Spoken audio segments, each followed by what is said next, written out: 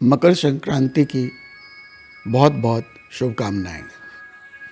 अगर मैं आज आपको कहूं कि आज के दिन सूर्य उत्तरायण हो जाता है और इसी दिन के इंतज़ार में विष्णु पितामह ने शरशैया पे इंतज़ार किया था ताकि वो सही समय पे प्राण त्याग सकें, या मैं ये कहूं कि आज के दिन शनिदेव अपने पिता सूर्य के सबसे करीब आ जाते हैं, तो आप कहेंगे भारतीय आध्यात्म की बात करते हो जिसका कोई आधार नहीं है तुम्हारे पास, या फिर और भी बहुत सारी अंधभक्ति की बातें आप कहेंगे।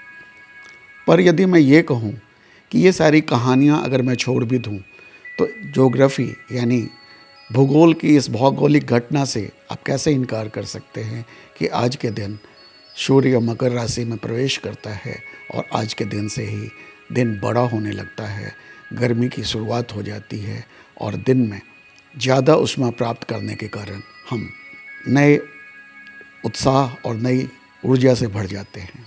भारत के दर्शन ने, भारत के संस्कृति ने इसे बहुत अच्छी तरह समझा और जाना, और यही कारण है कि पूरे भारत में ये पर्व अलग अलग नामों से मनाया जाता है।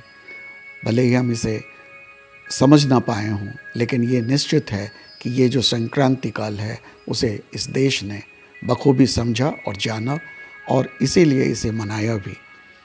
एक तरफ ये भौगोलिक घटना जहाँ गर्मी और सर्दी के बीच एक फ़र्क पैदा करता है, उसी तरह आज के दिन खरीफ फसल की कटाई के बाद इसी संक्रांति काल में हर प्रांत में, लगभग हर सूबे में, वहाँ के क्षेत्र के अनुसार इस पर्व को मनाया जाता है।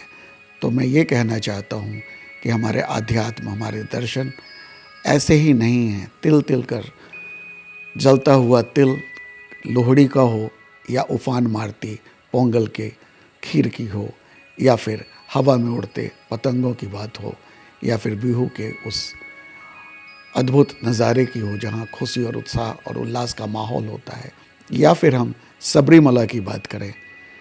जहाँ भी आप जाएंगे पूरे भारत में यह संक्रांति उत्साह के साथ मनाया जाता है। कहीं खिचड़ी तो कहीं दही चूड़ा, कहीं कुछ और व्यंजनों के साथ इसे हम विशेष तौर पे मनाते हैं।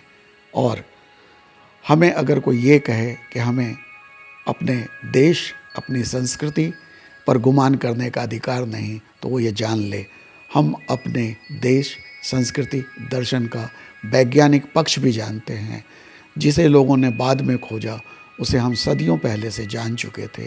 ये अलग बात है कि हमने आपको बताने के लिए अलग से कोई प्रयास नहीं किया। तो आएँ, अपने इस पर्व को हम फिर से मनाएं, लोगों को बताएं।